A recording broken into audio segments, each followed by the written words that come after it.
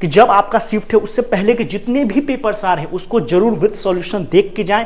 कई बार ऐसा होता है कि क्वेश्चंस भी रिपीट करते हैं और क्वेश्चंस अगर नहीं रिपीट करते तो अगर पेपर टफ होगा तो ऑब्वियसली कट ऑफ नीचे जाएगी, अगर पेपर आसान आएगा तो कट ऑफ ऊपर चली जाएगी। तो इससे आपको घबराना नहीं है और नया कुछ भी ना पढ़ना है। जो हमने पढ़ लिया उस पर हमें कॉन्फिडेंट रहना है। फॉर्मूला सीट को बिल्कुल भी नहीं छोड़ना है, खास करके केमिस्ट्री को तो लास्ट डे तक पढ़ते रहें।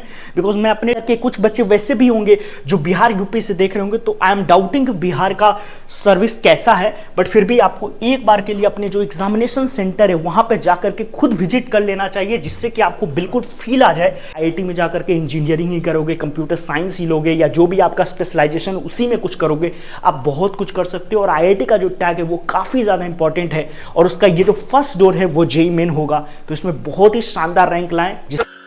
Everyone, so this is Mrityunjay और ये वीडियो जेईई मेन 2024 का जो फाइनल एग्जाम अब होने वाला है उससे लास्ट का ये वीडियो होगा और इसके बाद हम सीधा एनालिसिस के साथ ही आएंगे जेईई मेन 2024 का।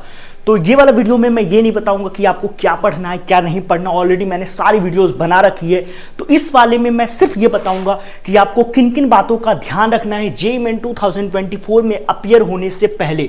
तो सबसे पहली बात, ऑलरेडी मैंने एक शॉर्ट्स वीडियो बना रखा है जिसमें मैंने बताया है कि आपके जो एग्जाम डेट्स कौन से हैं और एग्जाम सेंटर का जो अलॉटमेंट हुआ है वो ऑलरेडी आप सबको पता चल चुका होगा। तो अगर अब तक नहीं देखा है तो प्लीज सबसे पहले उसे जाकर के देख लें। तो सबसे पहला पॉइंट तो ये है कि हमें ये पता होना चाहिए कि हमारा एग्जामिनेशन सेंटर कहाँ है। दूसरा ये है कि होम टाउन दिया था या कोटा दिया था, क्योंकि मैक्सिमम जो मेरी ऑडियंस है वो कोटा वाली है। तो अगर कोटा में आपका एग्जाम सेंटर गया है तो जरूर एक बार जाकर के विजिट करें।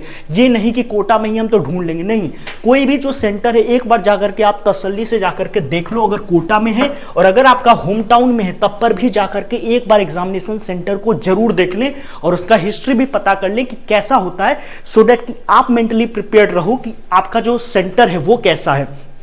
खास करके कुछ बच्चे वैसे भी होंगे जो बिहार यूपी से देख रहे होंगे, तो आई एम डाउटिंग बिहार का सर्विस कैसा है, बट फिर भी आपको एक बार के लिए अपने जो एग्जामिनेशन सेंटर है वहां पे जाकर के खुद विजिट कर लेना चाहिए, जिससे कि आपको बिल्कुल फील आ जाए कि कैसा आपका सेंटर है। नंबर थर्ड, मैंने लिखा था कि बहुत सारे यूट्यूब पे वीडियोस बन रहे हैं जिसमें यह बताया जा रहा है कि जो 27 जनवरी का पेपर है वो टफ आएगा। कुछ लोग बोल रहे हैं 27 जनवरी का जो पेपर है वही सबसे ज्यादा ईजी आएगा। तो ऐसे बहुत सारे हो रहे हैं कि टफ आएगा, ईजी आएगा, but I am telling you कि ऐसा कुछ भी नहीं होता है कि हम प्रेडिक्ट कर दें। सबको नॉर्मलाइज किया जाता है। अगर कोई पेपर टफ आएगा तो उसमें परसेंटाइल अपने आप ऊपर चली जाएगी, अगर कोई पेपर इजी आएगा तो आपको ज्यादा से ज्यादा स्कोर लाना पड़ेगा, तो पेपर ऑब्वियसली नॉर्मलाइज होता है, इसीलिए तो परसेंटाइल का गेम है बिल्कुल।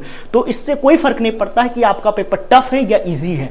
ऐसा तो है नहीं कि 300 में ही सबको इक्विवेलेंट मार्क्स मिला जा रहा है। तो अगर पेपर टफ होगा तो ऑब्वियसली कट ऑफ नीचे जाएगी, अगर पेपर आसान आएगा तो कट ऑफ ऊपर चली जाएगी। तो इससे आपको घबराना नहीं है और ये फालतू के वीडियोस बिल्कुल भी देखना बंद कर दें। इसीलिए अब मैं सीधा जेईई मेन के बाद ही आऊंगा आप लोगों से बात करने के लिए।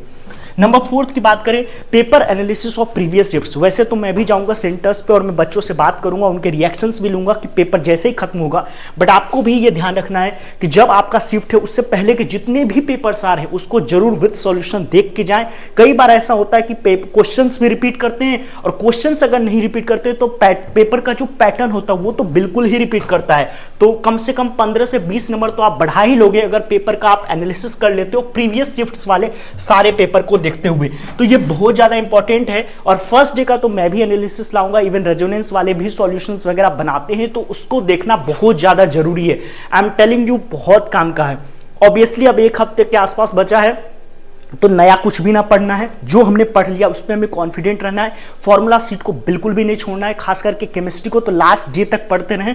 बिकॉज मैं अपने टाइम पे भी बात करूं तो मतलब शुरुआत में जब हम फॉर्मूला सीट पढ़ते हैं तो मुश्किल से 3 से 4 चैप्टर एक दिन में हो पाते हैं, लेकिन बाद में यही 15 चैप्टर को हम एक दिन में फिनिश कर सकते हैं, क्योंकि जो आपने स्टार किए हैं बस उसको। तो मेरा यही मानना होगा कि मॉक टेस्ट अभी देना चाहिए, ठीक है, और फॉर्मूला रिवाइज करना चाहिए। नया कॉन्सेप्ट तो बिल्कुल भी नहीं पढ़ना चाहिए फॉर द टाइम रिमेनिंग। और पेपर की एनालिसिस करनी चाहिए, लास्ट ईयर के पेपर्स को बार बार देखना चाहिए और सोना नहीं है जिस टाइम पे जेईई मेन का एग्जाम है तब तक, जब तक जेईई मेन का एटलीस्ट पेपर ना हो जाए। नया कुछ भी नहीं पढ़ना है। तो गाइस ये वाला जो वीडियो है उसको मैं ज्यादा लंबा नहीं करना चाहता हूं, क्योंकि आप सबको पता है कि आपके पास बहुत ही कम टाइम है और आप शायद ही इस वीडियो को भी देखने के लिए टाइम निकालोगे। तो मेरा यही मानना है कि आपको बस अपने आप पे कॉन्फिडेंट रहना है और ये एक हफ्ते आपको डिसाइड करेंगे कि आपको अप्रैल के लिए फिर से उतनी ही मेहनत करनी है या सीधा जेईई एडवांस के लिए मेहनत करना है। बिलिंग में जैसे ही आप आईआईटी जाते हो आपके लिए डोर्स पूरे ओपन हो जाते हैं। हर जरूरी नहीं है कि आप यहाँ से आईआईटी में जाकर के इंजीनियरिंग ही करोगे, कंप्यूटर साइंस ही लोगे या जो भी आपका स्पेशलाइजेशन उसी में कुछ करोगे। आप बहुत कुछ कर सकते हो और आईआईटी का जो टैग है वो काफ़ी ज़्यादा इंपॉर्टेंट है और उसका ये जो फर्स्ट डोर है वो जेईई मेन होगा। तो इसमें बहुत ही शानदार रैंक लाएं जिससे कि आप सीधा जेईई एडवांस के लिए प्रिपेयर करें। तो उम्मीद करता हूँ कि ये वाला वीडियो काफ़ी ज़्यादा यूजफुल रहा होगा उन बच्चों के लिए जो काफ़ी ज़्यादा डीमोटिवेटेड थे, वो कहीं ना कहीं मोटिवेटेड फील कर रहे होंगे। तो मिलते हैं किसी नेक्स्ट वीडियो में और सबको जेईई मेन के लिए all the best. Thank you, I love you all. Channel पर नए हो तो प्लीज सब्सक्राइब कर देना ऐसे ही फर्दर जेईई मेन के गाइडलाइंस और जेईई मेन से रिलेटेड इंक्वायरीज के लिए। Thank you, I love you all, bye.